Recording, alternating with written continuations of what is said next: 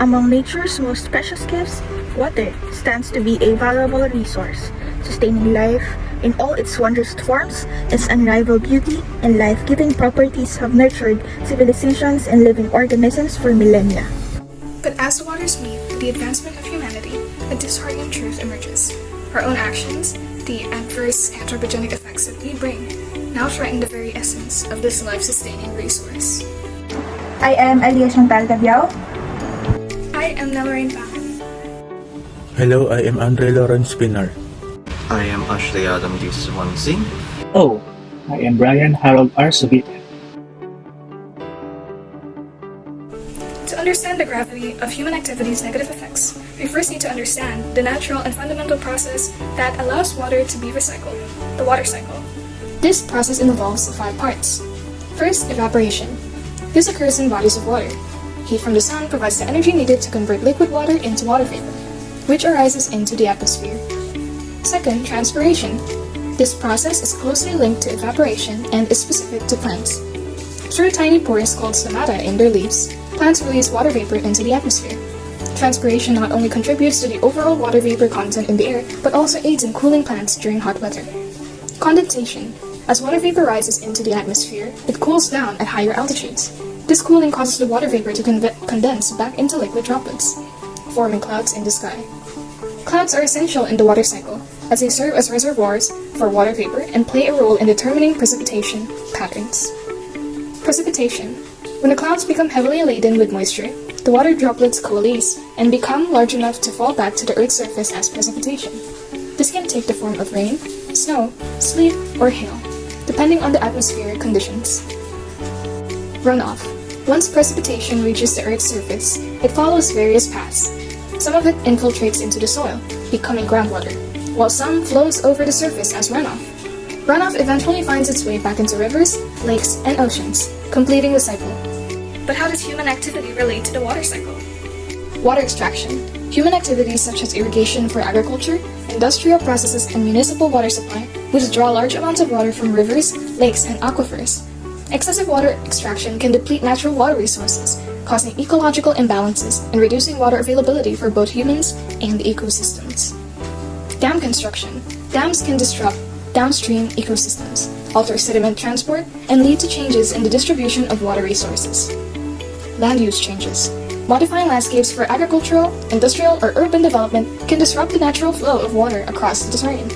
Land use changes. Modifying landscapes for agricultural, industrial, or urban development can disrupt the natural flow of water across the terrain. This can lead to increased surface runoff, soil erosion, and sedimentation in water bodies. Groundwater depletion. Overpumping of groundwater for various purposes, especially in areas with limited recharge rates, can lead to aquifer depletion and subsidence, negatively impacting water availability. Wetland disruption. Draining and filling wetlands for agriculture and development disrupts the natural water retention and filtration functions of these ecosystems, reducing their ability to regulate water flow and maintain water quality. Does this in any way impact other environmental reservoirs? Yes. Atmosphere. The water cycle regulates humidity and helps distribute heat in the air, affecting local weather and temperature. Land. The water cycle provides moisture to the soil, replenishes groundwater, and controls soil erosion. Flora. Water supports plant growth by transporting nutrients and enabling photosynthesis. Fauna. The water cycle ensures a continuous supply of fresh water, supporting diverse habitats for animals and providing drinking water. Ecosystem balance. The water cycle sustains various habitats, promoting biodiversity, and helps prevent floods, maintaining ecological stability. Join us on a journey exploring the water cycle's connection to biochemical cycles and its transformative impact on our ecosystems. Water is essential to the oxygen cycle. Plants and phytoplankton use it in photosynthesis to produce oxygen, which is released into the atmosphere. Aquatic creatures depend on dissolved oxygen to respire. Water is a master sculptor in the sedimentary cycle, eroding rocks and creating layers. It also transports fossils across vast regions. Water carries phosphorus from rocks to bodies of water. Plants and algae in these environments use it to grow and sustain the aquatic food chains. Water is crucial in the nitrogen cycle, as it aids in nitrogen fixation. This process involves transforming atmospheric nitrogen into a usable form with the help of bacteria. Sulfur compounds from volcanoes and industry mix with water to create sulfuric acid in rain. which harms land and other ecosystems by altering soil chemistry and water equality. Water is vital for the carbon cycle. Photosynthesis relies on it for plants to absorb carbon dioxide and release oxygen. Aquatic ecosystems like oceans and wetlands absorb and store carbon dioxide. Water and biochemical cycles are interconnected, supporting life on Earth. It's necessary to understand and preserve these cycles for a sustainable future.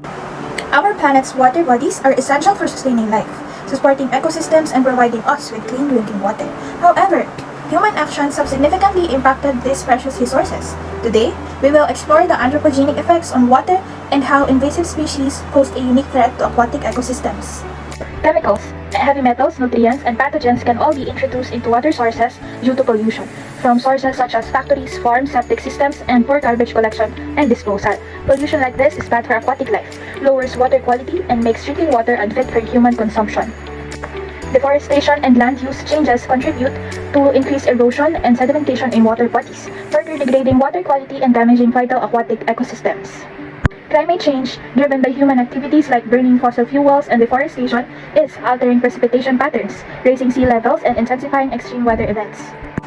While dams offer benefits like electricity and water storage, they also disrupt river ecosystems, fish migration, and natural flow patterns. Excessive water extraction for industrial, agricultural, and household use leads to water depletion, disrupts groundwater levels, and alters the natural flow of rivers and streams. The delicate balance of our aquatic ecosystems is at risk, and without human action and behavioral shifts, reaching a new equilibrium that can support all species remains uncertain. Changes to the system can still alleviate chemical equilibrium stress. The question of how long our ecosystem can withstand anthropogenic influences before a new equilibrium is reached that can support all species on Earth remains open. A new balance in the environment cannot be achieved without human action and behavioral shifts. Lakes, rivers, and groundwater supplies will dry up, glaciers will melt, and precipitation would end if the water cycle were to halt. If such a disaster were to occur, all life on Earth would be extinguished forever. Both the condition of balance and the entrance of invasive species into our aquatic environment are influenced by human activity. Non-native species that are introduced to new areas, even accidentally, and have the potential to rapidly proliferate and outcompete native species are known as invasive species because of the interrelated structure of water bodies and the ease with which invasive species can spread through ballast, water, currents, or human activities. They pose a unique threat to the aquatic ecosystem. Invasive organisms often have the following effect on the aquatic ecosystem.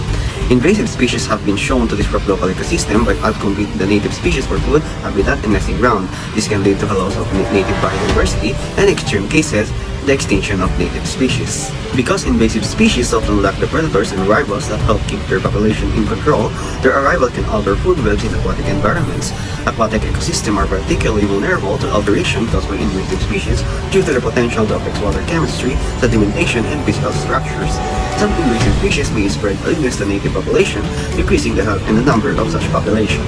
Damage to fisheries, infrastructure, and water-dependent sectors can all have the negative effect on the economy.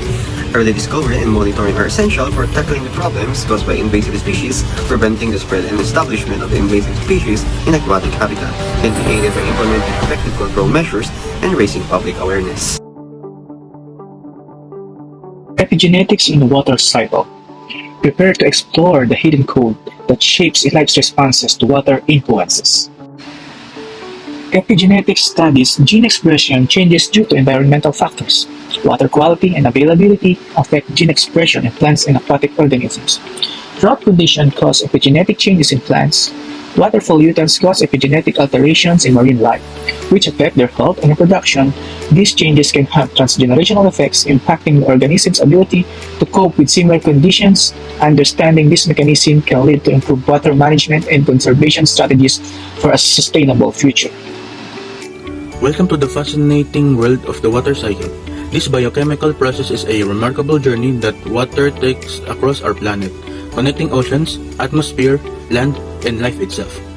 Join us as we explore the intricate dance of evaporation, condensation, precipitation, and runoff that sustains life and shapes our world. Get ready to discover the vital role of the water cycle in maintaining Earth's delicate balance and support all forms of life. Let's dive into the wonders of the biochemical cycle, water cycle. The water cycle, as a vital part of the biochemical cycles is a complex and continuous process that regulates the distribution and availability of water on Earth. It involves various physical and biological processes that work together to circulate water through the atmosphere, lithosphere, hydrosphere, and biosphere. The water cycle plays a crucial role in sustaining life on our planet, as it ensures a constant supply of fresh water for both terrestrial and aquatic ecosystems.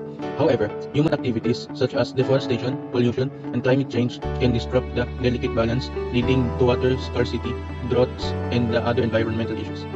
Protecting and conserving water resources is essential for maintaining the stability and health of our planet.